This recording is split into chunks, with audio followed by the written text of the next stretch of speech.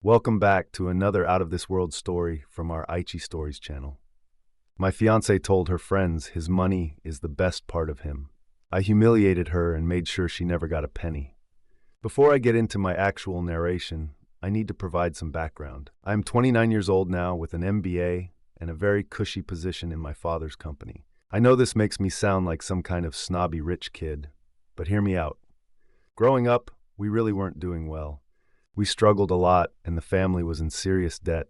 I was young at the time, so I don't know every single detail, but my dad made a very risky loan using our house as collateral, the only thing of value that we owned since it was his grandfather's house.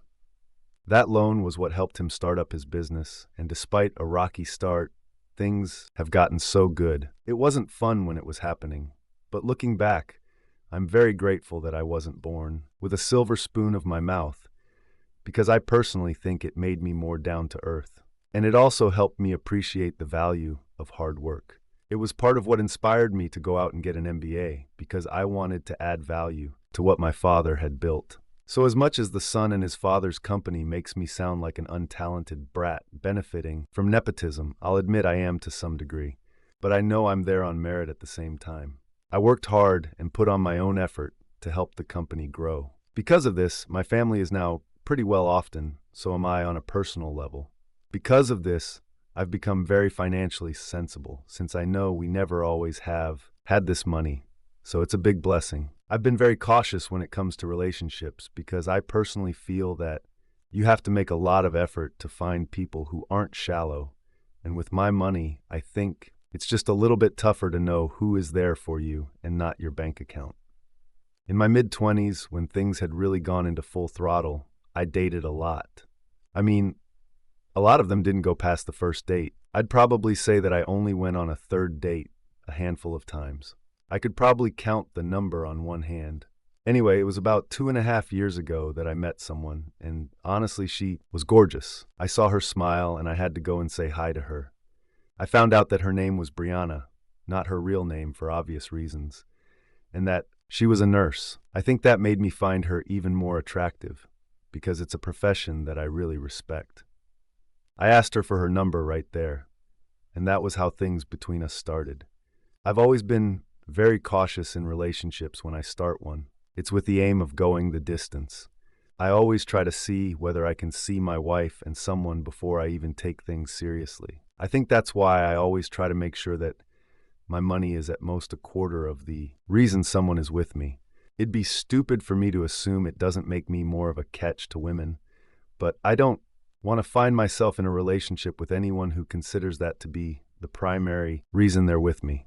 I honestly didn't see any gold digger behavior with Brianna. She was smart, amazing to talk with, funny, and she just brought everything that I wanted to the table. So 2 years and some months after we met, I popped the question to her and she said yes. As we speak, Brianna is my fiancée, and it made me extremely happy when she agreed to spend the rest of her life with me. Now, I'm getting to the point of this whole thing, but before I get there, there was one major event that sort of has soured me, and I think it's worth mentioning here. Obviously, she got to know more about the full extent of my family's finances when we got closer and closer. She knew my family wasn't poor, and we were doing well. So a few months after the proposal, I brought up the idea of a prenup to her. Honestly, it seemed like a very reasonable discussion to have, but she apparently didn't think so. She flipped out at me. According to her, me suggesting a prenup to her was bad in 2 ways. The first was that it seemed to me that I didn't believe that our relationship was going to go the distance. Obviously, that's not the case. But even if I do 110% in the marriage and she wakes up one day and decides she's done, I can't do anything about that. The second reason was that it meant that I didn't trust her not to try and rob me blind, in the event that things didn't work out how we wanted. That's the summary of it. But we ended up going back and forth for a full hour, going to sleep mad at each other. And after spending the entire night deliberating about it, I let her know that it wasn't going to be necessary. Yes, I know that was very stupid, but I love her immensely, so I chose to let it slide, because I didn't want the prenup to be the reason why we fell apart. Things got better between us quite soon after that. Now this is the point where I really need third parties to tell me what to do. One of my fiance's colleagues was having a barbecue, and she invited me to go along with her. I decided it would be a good chance for me to meet some of the people she worked with, since she mentioned them pretty frequently. When I got there, everyone was nice to me, and it was a good time, honestly. I met a bunch of the nurses who worked alongside her on most shifts as well. At one point, I was outside chatting about sports and socks with the men. I knew she was inside gossiping with her girls, which was fine. At a point, I needed to go take a piss, so I headed back into the house through the back door. Now, I don't know how to describe it, but the back door led into a hallway which ended in the living room. Anything at the back door, you wouldn't be able to see anyone sitting in the living room, at least not until you turn the corner. It was as I was heading to the bathroom that I heard my fiance's voice and some others, and from the first sentence it was so clear that I was the topic of conversation. It started with him talking about how well I dress, but that seemed to naturally transition into how expensive I dress. Then my money came up. The girls were talking about how lucky she was to get someone with money. A lot of chirping and giggling. And then I heard my fiancé say something that felt like a punch in the brain. Goot, he has a lot of money, and honestly, his money is the best part of him by far. That was followed by a lot of giggling and laughing. She even added, he asked for a prenup. I said no, of course. I have to be able to cash out if things hit the rocks. Then there was a lot more laughing. At that point, I left and went back out of the house. I honestly didn't find myself needing to use the bathroom anymore. We went back home, and she noticed something was up with me, but I didn't tell her what. It was until she went to bed. This happened a few days ago, and at this point, I don't know what to do. She's a great person, and I love her a lot, but I'm fighting a battle with myself, trying to figure out whether I should let it pass as stupid female gossip that she was leaning too far into, or whether this was worth canceling everything that we planned towards the wedding and kicking her out of the house.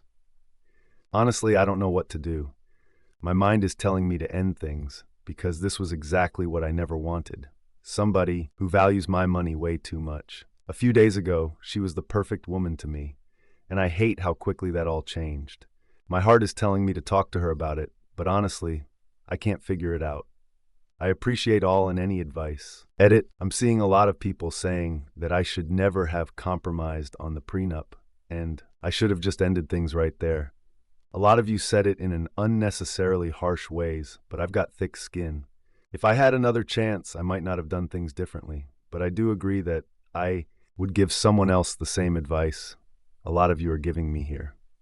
I should have actually stood my ground on that, because even if I do decide to stay with her, the comment I overheard makes me realize how important a prenup is with her. Edit, I'm inclined to agree with the comment saying that I should simply end things right now, instead of taking the risk with somebody who has shown that my money is a primary interest of theirs. The only thing is, I feel like the best case scenario might be for me to talk over the prenup with her again. I know that would safeguard me, but not necessarily make her less interested in my money. But isn't it natural that someone would appreciate someone who has a good amount of money? Edit. Okay, I've had a lot of sense talked into me. I'm still going to have the prenup discussion to see what she's going to say, but I'm ready to pull the trigger on any things. I love Brown a lot, so it's a lot easier said than done for me to let her go. I want to know that I gave things a chance. The joys of romance. Or even the most solid relationship can hit a financial pothole. It's like driving a Ferrari straight into a speed bump, jarring and potentially catastrophic for your wallet. But fear not, OP, for every dark cloud has a silver lining, or in your case, a prenuptial agreement. It's the modern-day equivalent of Cupid's arrow, ensuring that even if love flies out the window, your assets stay firmly in your bank account. And let's not forget your fiancé's candid commentary on your net worth. It's like a Yelp review for relationships. 5 stars for financial stability, but service could be better. If only love came with a money-back guarantee, right? Update. Here's the update that I know a lot of you were waiting for on the story of my fiancée, who I caught telling her friends that money was the best part of me. Things have come to a close, and I'm more than happy about the way they've gone. So the first thing that I needed to do was talk to Brianna again regarding the prenup. I think it was about a week after we got back from the barbecue that I told her to sit down so we could have a discussion. I told her that we needed to discuss the prenup situation again, and just like last time, she flared up. I think it was even worse the second time around. She went on again about how it was just a sign that I didn't trust her, and then I wasn't rooting for the relationship to work. I tried to shift things to how it was more protecting my father's hard work. I owned a sizable chunk of his company, then myself, but she wasn't having it. She kept raging on, and I really did my best to get her to see my angle, but it wasn't working. I asked her whether she would marry me if I said the prenup was a must. She didn't seem to think about it long before she said that she would strongly reconsider our future together. I think it was at that point that I realized I wasn't going to win it over. I let her know that after the first time, I was going to let the prenup go. So I asked her to guess why I was bringing it back up. Understandably, she was clueless on that front, so I told her that I would help her figure it out. I asked her to look back on a discussion that she had with her nurse colleagues when we were at her friend's barbecue. She only said, "We talked about so many things. I don't know what you're talking about. You don't remember laughing and giggling with your friends as you said that my money was the best part of me. You don't remember telling them how you couldn't do a prenup with me because you won't win the jackpot in case we divorce." At that point, it was clear that she remembered what I was talking about because she started to tremble and act extremely anxious. I was waiting for her to confirm or deny what I had said, but she didn't say anything. I prompted her to speak, but she was just looking at me while her hands were absolutely shaking. I don't know why, but that made me laugh, and I think me laughing made her turn on the waterworks. She started to cry and sob, all without saying anything to me about what I had said. At that point, it was starting to piss me off that she had nothing to say, and I wanted a reaction from her. So I let her know that the wedding wasn't going to happen anymore. At that point, she folded the ground, and I started hearing her mumbling words like, "Please," over and over between all her tears and sniffles. I stood up, went to our room, locked the door, and went to bed. The next morning, she was waiting for me, and she looked like she hadn't slept all night. As soon as she saw me, she came to me and was being extra touchy, but I shrugged her off. She started to try to explain the context of what I had overheard. She claimed that she was just trying to fit into the whole gossip girl type vibe, and she didn't mean the things that I hadn't heard her say. She claimed her friends and her colleagues for being bad influences. She claimed that my money was never a part of the reason why she fell in love with me. I believe that was likely true initially, but I feel like she started to love the money more at a point. She said that she'd sign the prenup and it wouldn't be a problem for her. She said all that, but I honestly didn't have anything to say to her. I took her hand in mine, looked her in the eye tenderly, and then slowly took the engagement ring off of her finger. I paid way too much for that to end up in little hands of someone like her. That struck a nerve. She started to cry, but it quickly devolved into cursing me out. She said I was ugly. She said I had no charm. She said my penis was small. She called me gay. She said she had slept with a guy she met at a bar because she felt like it. Really, don't know whether I believe that part or not, but it honestly doesn't matter at this point. She said my money was the only good thing about me, and she wished she had been able to milk me more. She basically pulled out every insult that she could think of. And at that point, I started to laugh. That was when she began to throw things at me. As much as I wanted to be all stoic and indifferent, she started to toss some pretty dangerous things. So I retreated to the room and locked myself in. I think it was about 2 full hours later when things quieted down, and I finally came out. She was gone, but she had trashed the entire place. I was furious, and in that moment I was sure I had made the right move. I took pictures of everything that I could, and I retrieved some footage from one of the indoor cameras that I had. After that, I left the house to go sleep in a hotel because honestly, it was absolute chaos, and I didn't even know where to start with a distraction. This is where I decided to start having fun. I went to her Facebook page and her Instagram page, and I looked for her to post on each platform where she announced her engagement. Then I drafted a message. "I hate to inform you that the wedding is off, and I am no longer engaged to Brianna." She admitted to just being with me for my money, and when I confronted her about this, she lost her mind and destroyed my house. "If you have any questions, ask her," which I posted as a reply to every single comment. She hates looking bad in front of people. So this part made me feel very satisfied. I then made my own post showing off the destruction that she had caused, as well as some short clips of her trashing the house when she was having her temper tantrum. I tagged her family, friends, and even the hospital where she works. This last one was for fun, and it would be nice to have a little gossip start about her among the colleagues. Her parents tried to call me several times, but I didn't bother picking up. Honestly, it sucks that I have to cut ties with them because they were lovely people. But it is what it is. She called me tens of times after I had done all of this, and the one time I picked it was a mix of her crying and threatening to come and kill me for ruining her life. I really don't think anything I did was permanent, so she was just being dramatic.